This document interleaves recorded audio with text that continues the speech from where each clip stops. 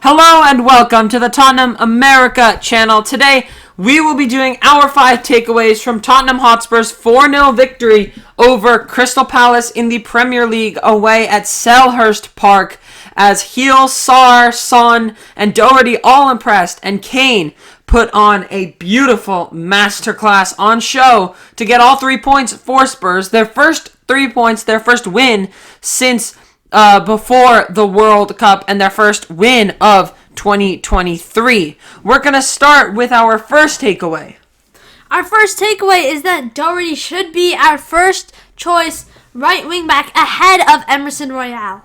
He scored yesterday to get his first goal of the season and his first goal of 2023, but he was just generally the whole game very, very good. His movement was incredible, and that's really the reason that we found so many opportunities through him.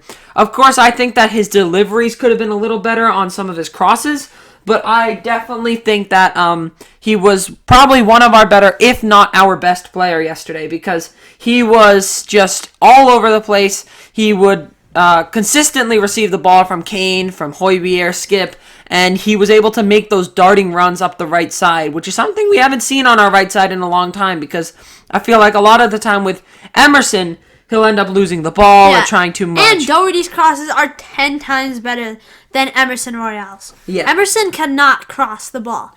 Also, Doherty has had really good sub impact. I think it was especially against Liverpool when he came on as a sub. He put in some good balls, and he's been underrated as a player coming off the bench for us. He's been underrated this season for us. I believe he also may have come on against Leeds United and also made a good impact there. Yeah, he had a good impact there. Yeah, he did pretty much cause the last goal. Came on in the 57th minute against Leeds and made a big impact. As for specifically yesterday's actual performance, the things that really impressed me as a right wing back is his 4 shots. Only 2 of them actually found their way through. The other 2 were blocked. But the fact that he was getting into positions where he was able to take a shot and not skying them like Emerson Royale is very, very important. He's able to stay calm and composed and collected, which is something that Emerson Royale's really failed to do. And I think Doherty being that first choice right back is going to be a big help for us. So far this season, actually, in terms of accurate crosses, he's had around 35 to 40% of his crosses have been accurate. And comparing that with Emerson's statistics from this year, he has had 12% of his crosses accurate. So Doherty is clearly the more accurate crosser. He's a more accurate passer as well. Emerson is 82% to Doherty's 90%. So I think Doherty coming in will just do us everything, every point of good. The only question is against good teams like Arsenal, Man City, where I think maybe the key would be to bring in Emerson just because he's a little faster and his defensive work rate is a little higher. That, in my opinion, would be the only question mark. Yeah, but I think Doherty should definitely be set to start in the North London derby against Arsenal. Emerson, Conte has pretty much almost said that, not really said, but he's you ready. Can tell he's ready to get rid of Emerson Royale. He's allowing offers for the Brazilian right back.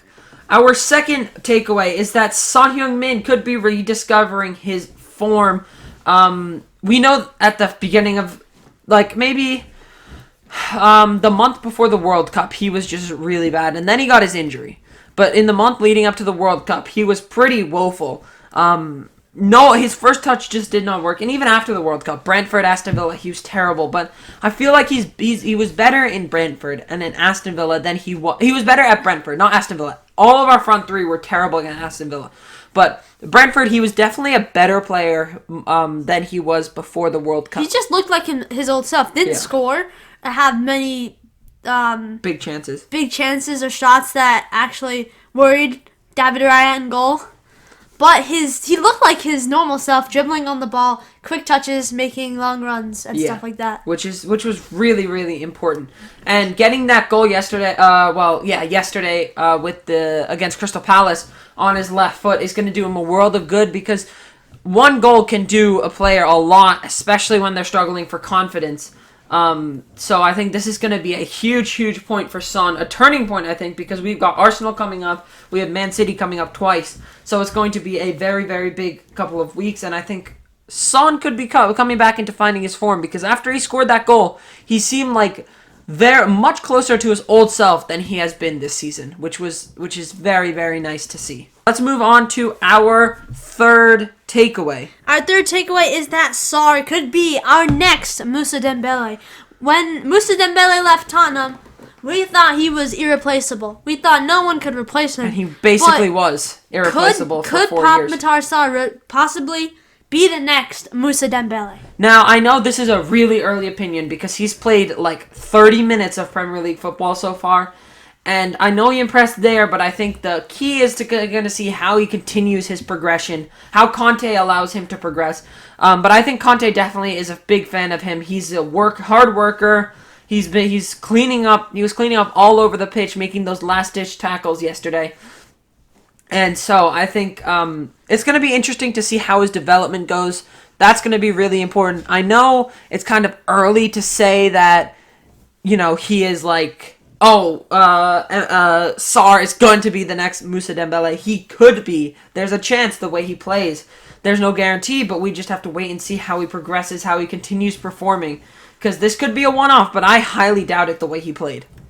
And if he gets a start against Portsmouth in our FA Cup match this weekend, that's a huge confidence boost. Yeah, that's a huge confidence boost for him, and it's a great opportunity for him to show us what he can do. That'll be, I believe, his first start for Spurs. I don't know if he started for us in preseason at all. I don't think so. I don't think so, no. But no, he did. He played a little bit. He played a little bit against, I believe, the K-League All-Stars and who did we played some other teams in preseason, but he made some appearances for us in preseason. I know that.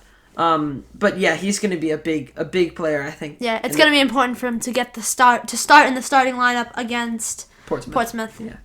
Our fourth takeaway is that Bryan Gil has that special something, and I think this is one that we've taken away from both the the Aston Villa game and the Crystal Palace game, because that's when Kulusevski was injured and Bryan Gil came into the side, and although we were probably the biggest can of garbage against Aston Villa, Gil was probably our brightest player in that first half.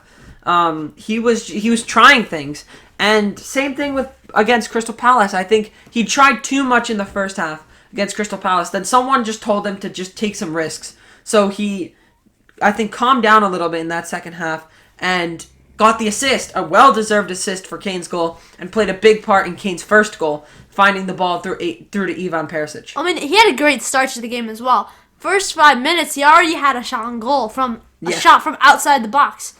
That's huge confidence from him going into the match. And if Kulusevski's not back for the North London derby, Gil has to go into the North London derby with that same confidence. Mm-hmm. Yeah, undoubtedly. So, but Bryan Gil is going to be a very another exciting player to watch, just like Matar Sarr, because he's got that special something within him. I think he's got that the skill, he's got the work rate. I think it's really the most important here. But he's got the end product as well, and I think if he finds a way to add on that physicality without getting too bulky, he'll be able to maintain that kind of dribbling style, the quick 1-2 passing style, dribbling style that Gil has, and couple it with a strong physical game, and he'll really be he'll be like Kulusevski, but a little faster. Faster, maybe, and less physicality, but yeah. Better dribble. Well, Kulusevski has really good dribbling. Not to take any of that away from him, but Bryan Gil is quicker, is more stable on his feet at times, and he can make. I feel like his passing is somewhat better, I think the key here is that both players are different. Kulusevski's a physical winger. He's not going to try anything crazy flashy. His game is mainly based on holding the ball up and just making those physical runs as far as he can go, then holding up the ball. I don't think with his game, really, there's no flashy flair. It's all about that hard work and digging into the ground, whereas Bryan Gil's a little bit of a mix. He likes to incorporate those flashy flares and little tricks that he's able to do. But I think eventually, if he builds in that physicality, he'll be really good. Our fifth takeaway is that this gives us a huge confidence boost for the North London derby coming up in about just over a week. Yep. We didn't win a game after the World Cup. Some of our players came home very probably dejected. Højbjerg out of the World Cup in the group stage. Bentancur out of the World Cup in the group stage. Sarr made it to the round of 16. Solid result for Senegal. Say the same for Son, who got out of the World Cup group stage in extraordinary fashion. Which kind of reflects his form after the World Cup. Was really good against Brentford, creating chances. Mm-hmm. One of our best players. And yesterday against Palace was really good as well. And then Harry Kane came home after missing a penalty. He's not going to be too happy. Then we drew to Brentford, which I think everyone agrees was not the best result. I think we could have gotten the win there. Then we lost to Aston Villa. That, I think, killed us. But getting this win against Crystal Palace was huge because this is going to be a confidence boost. And our next 4 weeks are scary. Because if we look at our next 4 weeks, we've got Portsmouth in the FA Cup. Then we have Arsenal at home, Man City away. We've got Fulham away, Man City at home, Leicester away, and then we start the Champions League. So we have AC Milan away on February 14th. Then we have West Ham at home, Chelsea at home, so 2 London derbies in a row. It's going to be a very, very interesting next roughly month for Tottenham, and we're going to need literally every one of our players to be at the top of their game. It's going to be vital. Yeah, and one more thing to add on to this 5 takeaways video. It's not really a takeaway, more of like a question. For our past, 10 games or so before Crystal Palace, we have conceded first. And against Palace, we kept a clean sheet and did not concede first, 1-4-0.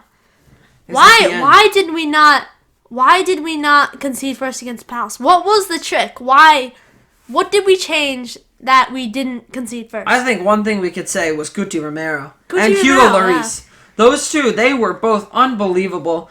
And I think the second half, we started quickly.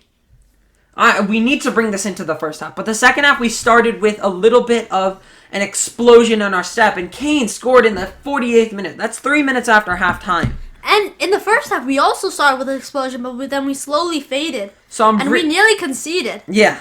That's going to be a worrisome point for Antonio Conte. Clearly, there's work being done.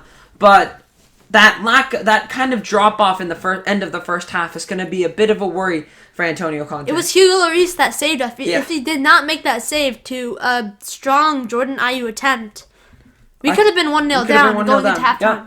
But we're very lucky, and then we turned on the afterburners in the second half, which was very important. We just cannot do that against Arsenal because they're just too good of a team this season to let us have that much control in the first half. But that is it for our 5 takeaways from Tottenham versus Crystal Palace. If you enjoyed and want to see more Tottenham Hotspur content, make sure you like the video and comment down below what your takeaway was from this game. Subscribe to the channel if you want to see more Tottenham content. And until next time, come on, New Spurs!